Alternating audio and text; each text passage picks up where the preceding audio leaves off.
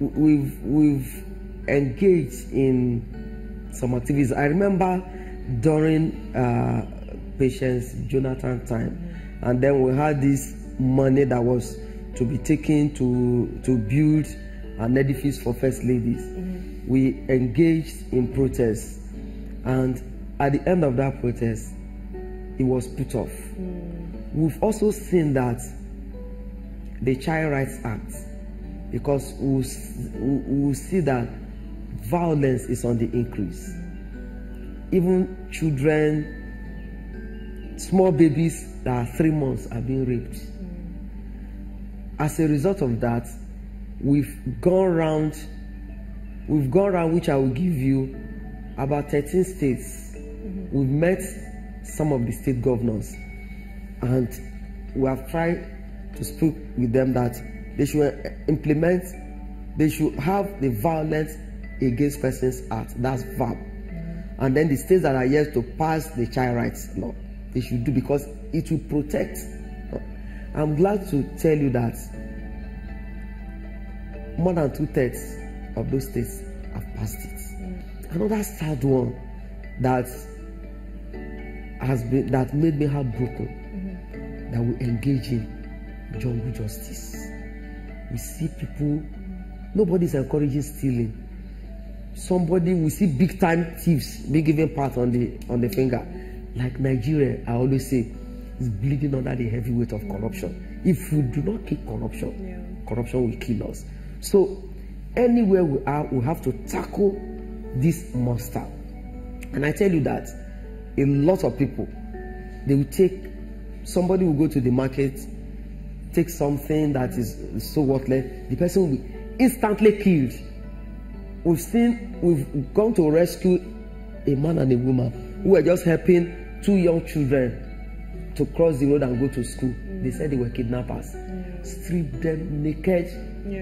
And we have some that are kidnappers, but people should not take laws into their hands. So we have engaged in jungle justice, and through that we went to the Commissioner of Police, the DIGs, and I want to tell you that one of our campaigns that have also yielded results is the one we had under Nigerians Unite Against Terror.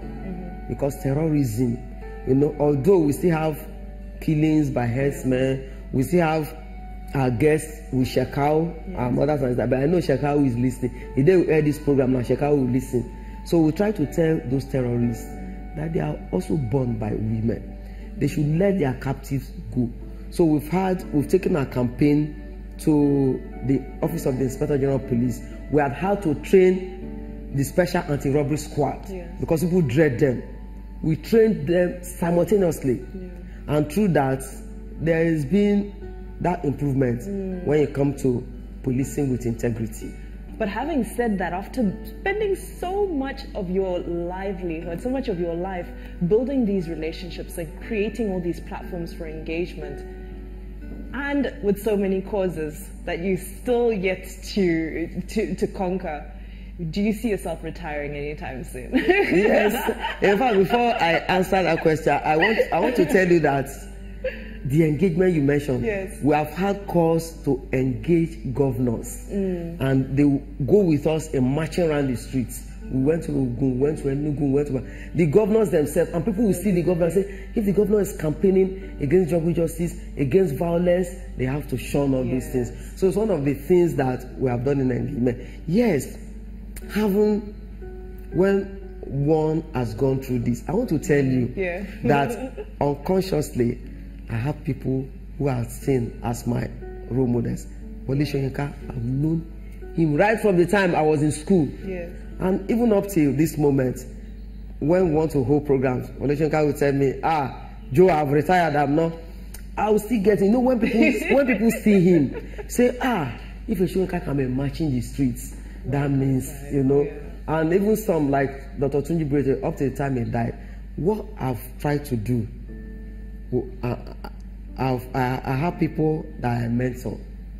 Some of them are in the universities.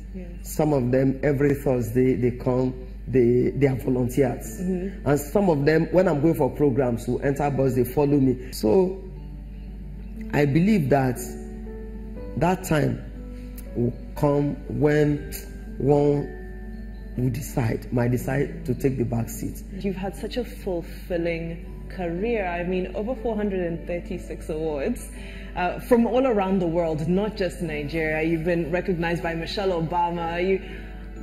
Do you have a favorite? What's your highlight? Because your life is a really long show reel. There's, from the outside looking in, as much as there was a lot of tragedy and a lot of hardship, I feel like God rewarded you handsomely with some of the accolades that you've attained. Do you have any that's closer to your heart than another? Well, for the sake of... It's like choosing between your children, right? You can't choose. Exactly. Choosing when you have and you say, this is your favorite, that is that. But almost all the awards that I have, I cannot forget one day getting an email from the State Department telling me to proceed to the U.S. Embassy. I got there, met up the time, someone called me and that I should bring my passport, I'll be given a visa. I have U.S. visa, but it's a different visa. So, and I was just wondering. Later on, I was told there that I should not tell anyone where I'm going, that whatever I'm being recognized for will be announced by the State Department at the United States. Wow. I was just wondering. Within, if you see the way I was being treated, I had been given in 48 hours, I was on my way to the US. Wow. When I got there, Atlanta, Buddha welcomed me. From that place, I proceeded to Pittsburgh. I went to Little Rock, Arkansas. The way they welcomed me. And then on March 8th, 2013, we traveled by road from, I think, San Francisco to Washington. And I was so happy, the roads, all the infrastructure, everything is in place. Getting there. The day that I was to be given that International Woman of Courage Award, I saw myself on the global stage with that system, that American system that's giving hope to the world. I saw myself sit with Michelle Obama. She was still the First Lady then. He was also the U.S. Secretary of State then, John Kerry. And Michelle held me and said, I've read a lot about you. Wow. Thanks for all you've been doing. I was almost moved to tears. And I was just wondering, and I looked at the place, I saw so many people. And then some of the clips that was played that day. So one thing is that all the things I do, I'd never imagined anyone was taking note of that until recognitions, more recognition, more recognition. But that one of International, and of course, and it's one of the smallest awards in this office. It has restored hope, confidence. It's also a call for me to do more, yes, and that I must never disappoint anybody. And it's just to tell anyone that will be listening that anything we do, let's put the passion, let's do it with our whole being. You might never know. I've seen people that have said, you're my role model. When I received the award and I was to return, I was always being driven by limousine. By that, I was to take taxi back to the airport. And the taxi driver that took me looked at me and said, you were the Nigerian that was being honored yesterday. I never knew anything good would come out of Nigeria. Thank you for doing your country good, proud. So is apart from several one, is one of the awards that I would never ever forget. Dr. Joe, I've already said I feel like I could sit here for hours speaking to you and listening to your stories. Such a wealth of knowledge and so rich. Your story has got so many nuggets of wisdom that we can extract. But unfortunately, that's all the time we have. Thank you for your time. Thank you for these moments. I will live to cherish you. Thank you. Dr. Joe Okeodumakin's spirit is undoubtedly inconquerable. She has overcome and she continues to fight the good fight. And boy, are we behind her. And I love the fact that she's redefined femininity for herself. It's not a skirt that defines femininity in her world. And I like that about her. Well, on that note, it's time for us to dig deeper into another iconic story that will leave us truly inspired.